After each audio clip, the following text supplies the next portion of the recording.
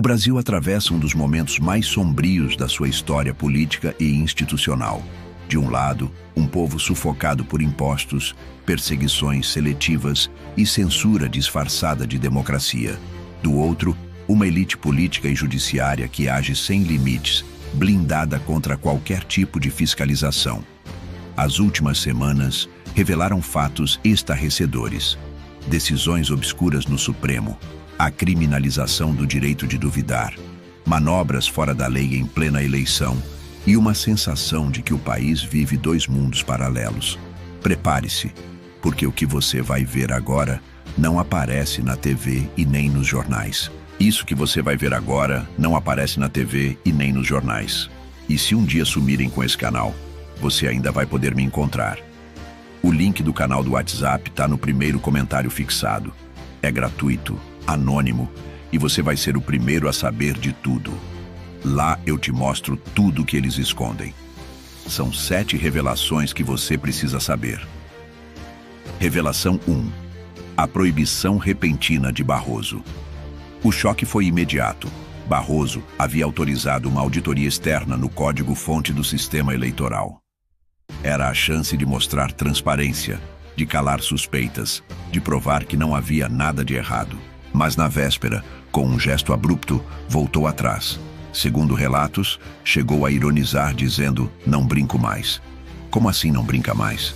O sistema não é um jogo de tabuleiro, é a espinha dorsal da democracia. O código-fonte pertence ao povo, foi pago com dinheiro público e deveria ser acessível à fiscalização. Quando um ministro do Supremo impede uma auditoria, a pergunta explode: o que estão escondendo? Se tudo é tão seguro e confiável, por que o pânico diante de uma simples verificação? Revelação 2. Duvidar virou crime. O questionamento é o combustível da democracia. Perguntar, investigar, desconfiar faz parte da essência humana. Mas no Brasil, levantar dúvidas sobre as urnas eletrônicas virou pecado mortal. Quem questiona é imediatamente rotulado de golpista, perseguido e até processado. O mais assustador é a inversão da lógica. Aqueles que se negam a dar explicações são exaltados como defensores da democracia, enquanto os que pedem clareza são tratados como criminosos. É um rebaixamento intelectual, uma tentativa de transformar cidadãos em robôs obedientes que não podem pensar por si mesmos. O direito de duvidar foi sequestrado e criminalizado, como se a democracia fosse um altar intocável e não um sistema que deve servir ao povo. Revelação 3. A resolução ilegal de 2022. Poucos falam sobre isso, mas está escrito na lei. O TSE só pode emitir resoluções até o dia 5 de março do ano da eleição. Em 2022, porém, uma resolução foi publicada em pleno 20 de outubro. Um detalhe que destrói toda a narrativa de lisura. Como é possível chamar de eleição legítima um processo conduzido com normas fora do prazo legal? A resposta nunca veio. Nenhum ministro do TSE explicou como essa manobra pode ter validade. Está lá no Código Eleitoral, preto no branco. 5 de março é o limite, mas preferiram ignorar. Isso significa que, independentemente de fraude na urna, o processo em si já nasceu contaminado. O silêncio em torno dessa violação é ensurdecedor e mostra como o sistema fecha as portas para qualquer tipo de contestação. Revelação 4. O falso enquadramento de golpe de Estado. Aqui está uma das maiores distorções jurídicas da história recente do Brasil. O Código Penal é claro. Para caracterizar um golpe de Estado, é necessário haver a tentativa de derrubar um governo legitimamente eleito. Mas como falar em legitimidade quando a eleição de 2022 foi conduzida sob uma resolução ilegal, publicada depois do prazo permitido em lei? Se a base da eleição já nasceu viciada, como sustentar que o governo resultante dela é legítimo? A verdade é que, juridicamente, o 8 de janeiro não se enquadra no tipo penal de golpe de Estado. Mas a narrativa construída pelo sistema foi outra. Criaram uma versão conveniente para perseguir adversários políticos e calar qualquer voz de contestação. É um jogo de palavras e de poder. transformaram manifestações em golpe, transformaram dúvidas em crime e, assim, moldaram a opinião pública para aceitar condenações sem precedentes. A lei foi distorcida para servir ao interesse de quem está no topo. Revelação 5. STF e políticos blindados. Enquanto a justiça é implacável com cidadãos comuns e opositores políticos, ela se torna uma muralha de proteção para certos nomes da política nacional. Veja o caso de figuras como Alcolumbre e Hugo Motta. Denúncias, suspeitas e investigações que deveriam avançar com rigor simplesmente ficam paradas, engavetadas, esquecidas. O Supremo, que deveria zelar pela igualdade, mostra sua face seletiva. 2 pesos, 2 medidas. Contra aliados, silêncio. Contra opositores, agilidade e dureza. O Brasil vive hoje sob uma justiça que perdeu o senso de imparcialidade e passou a funcionar como instrumento de perseguição e escudo de proteção. Essa blindagem gera uma indignação profunda no povo, porque escancara a desigualdade institucional. Enquanto alguns são blindados, outros são esmagados. Essa seletividade não é justiça, é manipulação política com toga. A linha que conecta as revelações, o que une o falso enquadramento de golpe e a blindagem do STF, é o mesmo padrão: o uso da lei como arma de guerra política. De um lado, pegam um conceito jurídico e distorcem para encaixar em adversários. Do outro, ignoram leis, prazos e denúncias quando isso beneficia seus aliados. É a prova de que não existe imparcialidade, não existe igualdade de tratamento, não existe justiça cega. Existe, sim, um sistema que se move de acordo com conveniências políticas e ideológicas. O impacto direto no povo.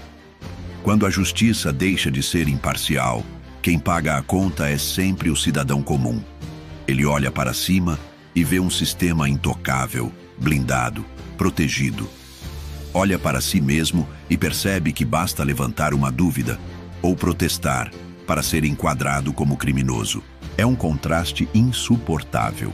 Enquanto ministros e políticos blindados vivem em um país de privilégios, o brasileiro comum vive em um país de humilhações, fiscalizações exageradas e medo constante de punição. A desigualdade não é só econômica, é institucional. A sensação de estar refém. Esse cenário cria uma sensação generalizada de aprisionamento. O povo sente que não há saída, que todas as portas estão trancadas. Não é apenas a liberdade de expressão que está em jogo, é a própria noção de cidadania. Quando a lei serve para perseguir uns e proteger outros, deixa de ser lei. Torna-se uma ferramenta de poder. E quando esse poder se concentra nas mãos de poucos, o que resta para a maioria é a revolta silenciosa, que cresce a cada dia. Revelação 6. O tarifaço ligado ao BRICS e a perseguição contra Bolsonaro.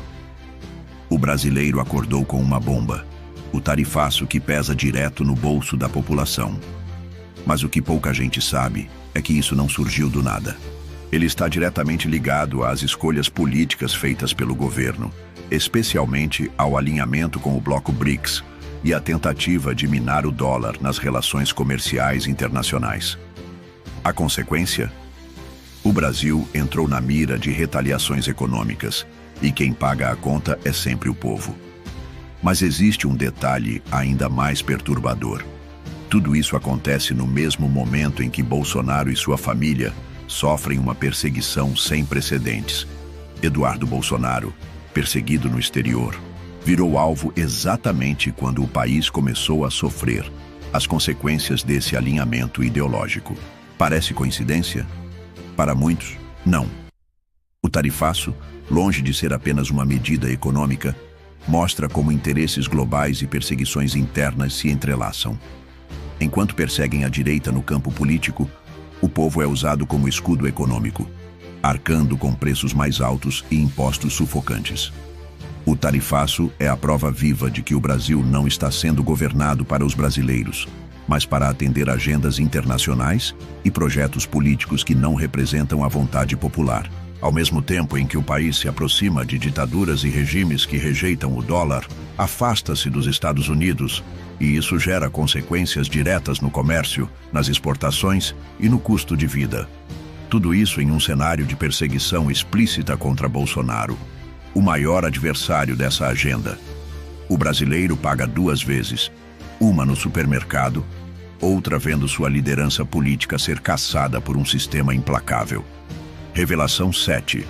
Os privilégios obscenos de Lewandowski expostos. Se há uma imagem que resume a desigualdade entre o povo e a elite do judiciário, é a cena que aconteceu em um aeroporto. De um lado, cidadãos comuns sendo tratados como criminosos, tendo que abrir malas, cuecas, suportar olhares desconfiados e humilhações constantes porque compraram mais do que 1.000 euros em produtos no exterior. Do outro, o ministro Lewandowski e sua esposa, passando livres, escoltados pela Polícia Federal, sem sequer encostar na bagagem. As malas com compras muito acima do limite foram retiradas por assessores, sem revista, sem fiscalização, sem nada. Enquanto você é obrigado a declarar cada centavo e tratado como suspeito, eles atravessam os corredores do aeroporto como se fossem da realeza, intocáveis e acima da lei. Essa cena é mais do que um privilégio, é um tapa na cara do povo brasileiro. Se fosse um cidadão comum, não apenas teria que pagar impostos pesados, como poderia até ser acusado de sonegação. Mas para eles, as regras simplesmente não existem. Essa hipocrisia gera revolta porque escancara a verdade que todos já sentem. Existem dois Brasis. O Brasil real, onde o povo trabalha duro, paga imposto e é humilhado em cada esquina.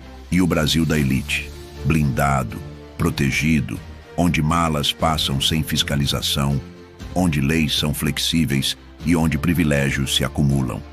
Essa desigualdade institucional é a maior prova de que a democracia brasileira não é plena. É apenas um teatro onde os figurões vivem intocados, enquanto o cidadão comum é esmagado. Se inscreva no canal, ative o sininho, deixe seu joinha e sua opinião nos comentários. Se esse vídeo sumir, você já sabe, no grupo do WhatsApp eu conto tudo. O link está no primeiro comentário fixado. É gratuito, anônimo, e você vai ser o primeiro a saber de tudo. Entra lá antes que tirem isso do ar. Deixe seu like, se inscreva no canal, comente o que achou dessa notícia. Entre no grupo do WhatsApp. Coisas que não podem ser contadas aqui, eu conto tudo lá. O link está no primeiro comentário fixado.